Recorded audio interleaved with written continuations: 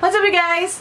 Magkakaroon tayo ng another review at ang review natin today is finally, natapos ko na rin ang pag-review nito. This one is the Nacific Natural Pacific Fresh Herb Origin Serum. So, it has been over a month nung in-start ko tong gamitin and so marami na ako napansin sa kanya at result na nakita sa kanya. And super trending to as in.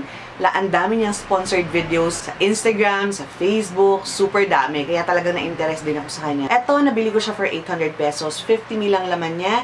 At nabili ko siya sa Shopee. Naka-sale yun ngayon. So, ilalagay ko na lang sa description box yung kanyang full length. As you can see right here, ito yung kanyang itsura. Siyempre, nung binili ko to puno na. Almost half na ako kasi ginagamit ko to sa umaga at saka sa gabi. And then also, pinagamit ko rin to kay Daphne kasi siya medyo, alam niyo na, under puberty siya ngayon. Kaya marami siyang na-experience sa skin niya. Trinay namin parehas just to see kung ano yung resulta sa kanya and then sa akin as well. Kung nakikita niyo tong product na to, dalawa yung merong parang parte sa kanya na liquid. The serum and the oil kasi meron siyang oil. So, you have to mix this before niyo siyang gamitin.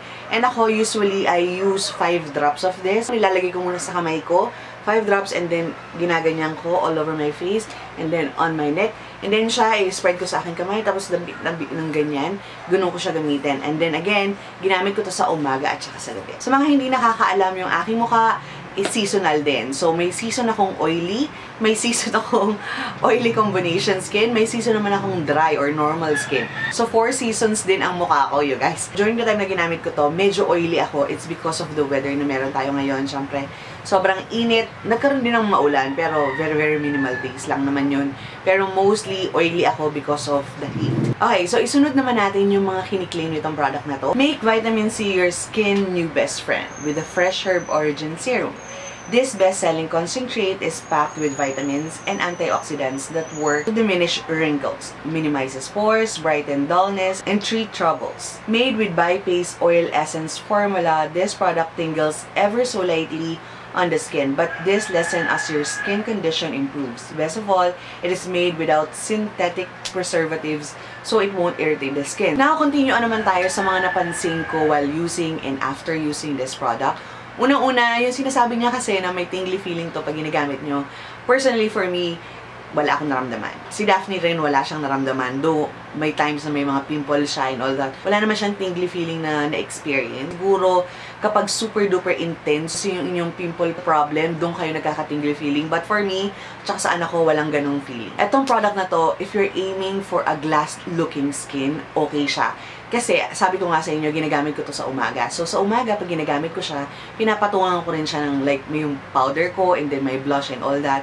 And then afterwards, pag nag-mix na lahat yun, makikita mo talaga na yung ditong side ko, talagang may glow talaga siya, na super natural ang dating at ang ganda ng dating. Papakitaan ko yun ng isang picture na kung gaano siya kaganda at gaano siya ka-glass skin looking. Sa akin personally, approve yun na ganun yung itsura. Kasi, pag medyo glowing yung skin mo or glass skin yung tinatawag nila, ang healthy tingnan, parang fresh na fresh yung itsura mo, ganun. Sa akin personally, okay yun. However, kung gusto nyo siyang itry at ayaw nyo yung glass skin look, might as well gamitin nyo to sa gabi lang. Kasi pag ginamit nyo to sa umaga, talaga magkakaroon kayo. So, sa gabi nyo lang siya gamitin. Sabi ko nga sa inyo kanina, I have an oily skin. So, currently, ang season ng kutis ko is oily. So, ngayon, medyo extra ang oil na pinuproduce ng, ng aking skin gland ko sa mukha. Kung ginagamit ko to, syempre, hindi mo may iwasan. Oily na yung skin ko. On top of it, may oil pa akong ginagamit. So, ang nangyayari, medyo mas oilier ako. So, this product, hindi naman siya nakaka-contribute because oil din siya. Kaya medyo mas oilier ang dating nyo. Then, there was a time na nagkaroon ng irritation yung skin ko because gumamit ako ng Nivea Micellar. So, talaga nagbutlig-butlig yung kutis ko. And this really helped. Nung tinigil ko yon, this really helped me in controlling that or i-minimize yun, alisin yun, sobra. Siguro mga 2 days pa lang, talagang napansin ko na wala na siya sa skin ko. At katulad ng sinabi ko sa inyo kanina, ginamit din ng anak ko. At nakatulong din siya to prevent and also lessen yung mga pimples niya on the skin. So, very approved to dun sa mga pimple prone or may mga nagkakaroon ng once in a while pimple kasi makakatulong siya to diminish it or alisin siya. Pero, sa scar, hindi siya makakatulong ha. Just the pimple itself, i-heal yung pimple, doon makakatulong siya. Also, nakaka-smooth din to ng cuties, as in. Pag hinawakan mo yung cuties mo, parang as smooth-smooth, ganun yung pakiramdam niya. Katulad sinabi ko kanina, maganda rin siyang base for makeup kasi nga may glass skin look siya. And also, pag ginamit nyo itong product na to, bago kayo mag-foundation or BB cream, hindi siya makaka-apekto sa formula ng foundation or BB cream nyo. So, approve na approve yun. At pag nag-combine silang dalawa, ang ganda na lalo ng itsura ng cuties nyo, super. Usually, naninibago ang cuties nyo. Siguro mga 1 week, naninibago yung cuties nyo sa product na ginagamit nyo. So, hindi naman ako nagkaroon ng ganun or hindi na-irita yung skin ko or nag-adjust yung skin ko nung nag-start akong gamitin to. Now, in terms sa look ng pores ko, sabi ko nga sa inyo, yan ang isa sa mga problema ko. At itong product na to, hindi siya nakatulong to minimize the look of my pores kasi sobrang laki pa rin nila as in. So, hindi siya nakatulong. So, yung kiniklaim niya nakaka-minimize. Siguro sa malamig na area, yes. But here, na sobrang init, hindi siya nakatulong sa pores ko kasi yung pores ko, may sarili pa rin silang ilong. Kung sa sinasabi niya na nakakatulong siya sa wrinkles, it's absolutely true. Kasi, yung aking smile line dito, hindi na masyadong pansin, oh. At saka, etong area ko, pag ngumingiti kasi ako, meron dito, etatang specific na to, meron parang mga extra skin na nangunguluntoy-nguluntoy siya, ganun. Pero ngayon, pag ginagamit ko to, hindi ako nagkakaroon or hindi nakikita yung ganun ko. And then also under my eyes at saka sa gilid dito, nakatulong din siya.